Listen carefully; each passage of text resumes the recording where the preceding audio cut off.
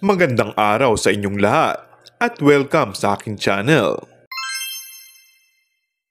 Makoy De Leon na maalam na sa FPJ's Batang Quiapo pagkatapos ng 2 taon na pamamalagi sa serye.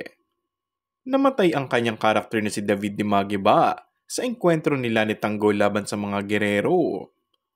Marami ang nalungkot ngayong gabi nang tuluyan nang natapos ang buhay ng isa sa mga malagang karakter sa FPJ's Batang Quiapo. Matagal man ngang panahon na pinainit ang ulo ng mga manonood gabi-gabi. Sa mga huling saglit ay mas pinili nito ang tama. Mas pinili ang kabutihan bilang kapatid ni Tanggol.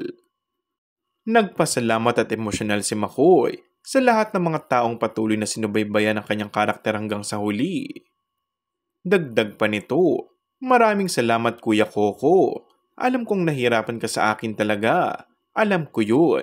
And sa mga direktor na nagtsatsaga pa rin sa akin nung una hanggang ngayon. And that's all for our today's video. Kung bago ka lang sa aking channel ay mag-subscribe at pindutin na rin ang notification bell. Maraming salamat!